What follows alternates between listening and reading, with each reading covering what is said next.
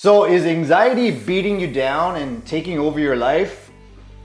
What if I told you the next time you get triggered, it'll make you happy? What? It'll make me happy? That sounds crazy.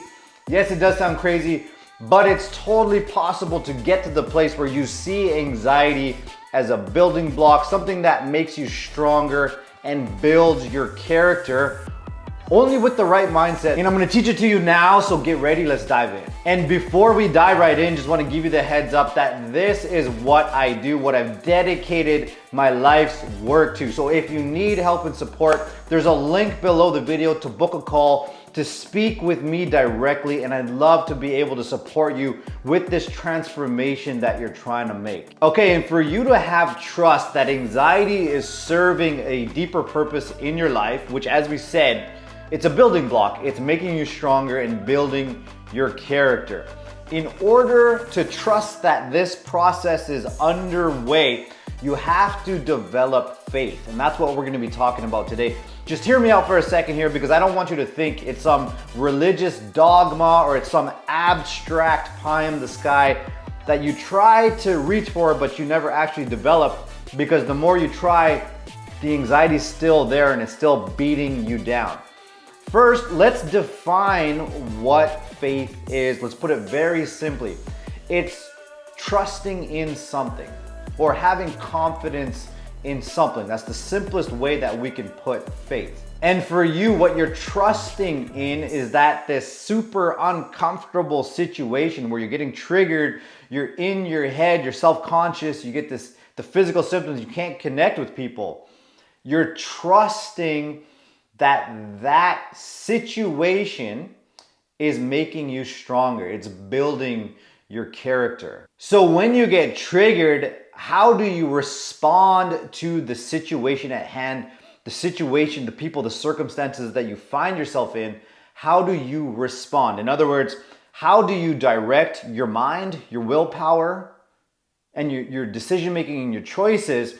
Do they lead in a way that strengthen your faith, your trust in that situation that is building your character and is making you stronger? Or do you direct your mind, your decision making, your choices, your willpower in a way that weakens your faith? In other words, do you direct it in a way to shame and blame yourself, think that there's something wrong with you, go into your head, isolate and disconnect from other people? And this is not fake positivity where you just try to be positive, yet you have all of this anxiety, you have all of this shame, you have all of this feeling like you're different than other people going on inside of you, yet you're gonna try and be positive because someday you're hoping that things are gonna change. No, this is not what I'm asking you to do, because I'm gonna show you the missing piece here. Because the missing piece is a back-end process to work and heal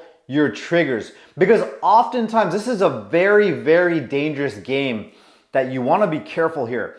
Because oftentimes, when you hear spiritual mentors talking about spiritual principles such as faith, but they don't have a trauma-informed process in the back end to work on your triggers and heal them, this fake optimism or this fake positivity disguised as faith or a spiritual principle, it can often make things worse. A few years back, I went to an event that a spiritual mentor, you could call her like a spiritual guru, been on Oprah, I don't know how many times, one of the advisors to Oprah's spiritual development.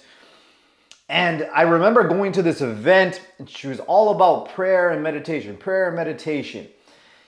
And I remember this young gentleman, I would say he's about 25, and they were at the question and answer period at the end of the talk. And he was asking, hey, when it comes time to speak, I get these really intense physical symptoms. Super intense, like my mind goes blank. You'll know about this. My mind goes blank, racing heart, like I can't breathe, like something takes over. It's just so intense. How do I get to the place where I can speak like you? And her advice was, oh, just pray and meditate. And I was listening to this and I was losing it. I was like, what the hell is that going to do for this young guy? And this is the issue that I see. The spiritual principle, it's sound 100%. But on the back end, if you don't have the trauma-informed approach to work on your triggers, you'll never develop that spiritual muscle. It's a muscle and it needs to be worked out and developed. Hopefully, what the spiritual mentors tell you is through prayer and meditation. But that's not enough if you have some serious trauma hanging out in the background, which comes back to what I was saying before. You need this trauma-informed approach to deal with, for example, if you have some underlying PTSD, you have some complex trauma back here, no amount of prayer and meditation is going to heal these triggers back here so that they stop flooding you and making you non-functional with those symptoms when you're trying to public speak, for example. And it could also get into, can't have a conversation without losing my train of thought. Can't have a conversation without thinking of what to say next. You have to work on the triggers so the conversations, the public speaking, the being in groups is not so overwhelming to the point that it's making you non-functional and putting you in your head. So let's circle back here. Faith is, remember, it's trusting in something. That the anxiety is making you stronger, building your character is what we're talking about today. Now I want to show you this diagram here because remember, it's all about your response to the situation. Faith is a situational mindset. It's a situational muscle that you grow over time. The more situations you find yourself in over time and you exercise your faith, that muscle is going to grow bigger. So whenever you face people, situations, and circumstances, so for example, people, the guy at the spiritual guru talk, he would be in front of people. The situation is he's public speaking. The circumstances that he's having these overwhelming symptoms. And what's happening because of that? His question is like, how do I be like you? Like, what is going on with me? How do I just be like you? And he's having this reaction within the situation itself. But then after the fact, he's having this reaction like, oh, like, what is going on with me? Like, why can't I public speak like everybody else? So he has a reaction. And remember that reaction, the decision making, the way you use your will and your mind, your decisions and your choices, he's having this reaction and it's weakening his faith. What we want to do though is we want to respond to the situation. So reaction versus response. We want to respond to the situation. We want to discover what is the subconscious memory that this situation, the people, the situation, the circumstances. For example, let's say it's public speaking. To discover what is the past experience that's causing me to be flooded with these symptoms. Because if you didn't go through something in your past, there's absolutely no way that you would be overwhelmed with all those physical symptoms. That is not how life works. Your body doesn't react to things for absolutely no reason. It reacts to things because it reminds your body of your past and your past experiences. So we want to discover again, what is the past situation? Maybe, for example, you were put on the spot by teachers. I'm going to give you a student story today, and we're going to get into this. Maybe you went through past experiences where you're put on the spot by teachers. You had to read in front of the class. Maybe you were humiliated on the sports field, on the soccer field, on the basketball court, on the baseball field. You were humiliated, put lots of pressure on, screamed at, the center of attention. And now all of a sudden you have this trigger lying within you. So when you go into that situation and you're trying to public speak, again, your past comes flooding into the present moment and it ruins your ability to be functional, to perform at your best. So it has an effect on your present, and then obviously it has effect on your future goals and the future things that you want to accomplish. We had a student, I want to tell you about this student now. Our student, when he first enrolled into our mentorship program, he was 58 years old. He couldn't public speak from the time he was 8 years old because the teacher kept putting him on the spot. He had a lisp, but the teacher didn't care. The teacher kept putting him on the spot, making him read. He's trying to read this paragraph. He remembered the paragraph. He remembered the paragraph. He remembered all of the other kids just laughing their heads off at him because of the lisp and he's trying to read. The teacher's putting all the pressure on him, laughing at him, trying to humiliate him, embarrassing him. So there is the trigger. There's the subconscious trigger that keeps showing up in his adult life whenever he was trying to go for leadership positions, whenever he was trying to go for the next step in his career, trying to build his business that he had to actually fold on because the past kept overwhelming him. It was affecting his confidence. He didn't have that faith. He didn't have the trust in himself. So I want to show you this win here that he shared. I'm going to put it up on the screen as well. And he was sharing. So our student Scott, he was sharing. A year ago, this is gonna bring it right home for us for everything we've covered today. A year ago, my son told me he was getting married. Of course, I was so happy and excited for him. But at that moment, after telling me this news, I was overcome with fear and anxiety, knowing that I would have to give a speech at his wedding, which was a year away. So what is his subconscious? What's flying off the handle is this buried memory. His body knows, his subconscious knows that it's a year away. What is the anxiety and the fear around that this is going to come flooding up to the surface once again? Because he was hiding in his career. He didn't have to go after those career positions. He didn't have to put himself out there. So while he was able to do that, that was a way of keeping this buried. But now he was put on the spot. His son's getting married. He's a father. He wants to do such an amazing thing and just give that heartfelt speech to his son and just tell him how proud he is of him, how much he means to him. Such a beautiful thing. But again, why is faith so important? Is because the situation, the people, the situation, the circumstance, it's showing him, this anxiety is showing to him what is back here that needs to be strengthened. Remember, we talked about making you stronger, building your character. How do you do that? Is you work on what needs to be strengthened. You work on your triggers. You work on what's lurking in your shadows in the background that's keeping you stuck in the cycle. So let's keep going here.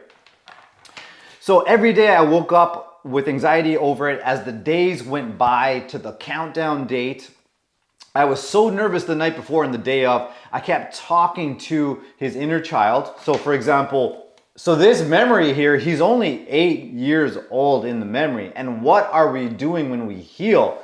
The embarrassment, the humiliation, the feeling trapped and absolutely helpless while the teacher's putting the 8-year-old on the spot.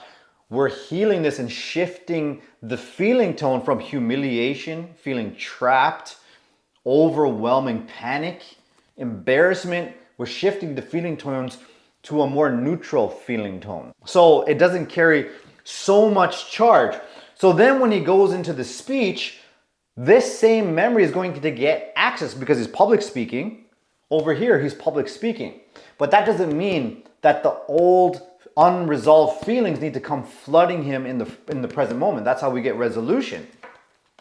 So I was so nervous the night before and the day of. I kept talking to my inner child, and he was confident, more confident than I was. Very confident after we got resolution on that. So during the speech, I felt as if my voice was a little shaky, but it wasn't bad. All other symptoms, dry mouth, tightness in my stomach and chest, out of breath, sweating profusely, throat clearing, you know the symptoms, were not there. The only thing was my hand was a little shaky holding the paper. It was an 8-minute speech, and in watching the recording afterward, which my sister took, I didn't even see the shaky voice I felt. I saw it. Scott sent me the video. It was the most beautiful. The moment's absolute magic. It's magic just to see Scott, this father, just tell his son how much he means to him. It's just magic. It's absolute magic. I'm so thankful for Rubin in this program. Here's what I'm talking about. Let's bring this home to faith. Faith. And most of all, he's thankful he pushed through. When the anxiety came, he had a back-end process that he pushed through on. He had to feel through a lot of pain to get resolution on this. He had to be persistent. He had to do the work. He pushed through. He's working that faith muscle and came out on the other end feeling awesome and proud. This is faith. Because look, he, instead of reacting and going to his head, and maybe going to Toastmasters and doing all these different things, he worked on the trigger itself. He worked his back-end trauma-informed approach as a response to the situation. So he had tools in the background. He had a gym. He had the equipment so that he could work that faith muscle. And he came out on the other end feeling awesome and proud. And now look at the strength of his faith muscle, because now he was thinking, okay, so if I could, this has been 50 years in the making. And now that I have the right tools, and I'm not just having this fake optimism and blind faith, I actually have a back-end process to incrementally strengthen that faith muscle. What's next for me? Jeez. And he had to face a lot, the impact of it. Man. My career choices, everything. All of these years that I didn't reach my potential. Oof, what's possible now? What's possible now? What if I go after that business again, but I have this back-end process and I can see whatever comes up, I can work my back-end process and make my faith bigger muscle. What if I go after that business again? What if I start going for the promotions at work? This is what's possible for you. And if you in particular, you don't have that back-end process and you want to grow your faith muscle so that no matter what, when the anxiety comes, you're actually happy it comes. Why? Because there's something, remember, to work on, and there's a better version of yourself on the other side. If this sounds like you, and this is something that you want to work on, I have a program. So if you need help, book that call, and I'd love to speak with you and guide you on your journey.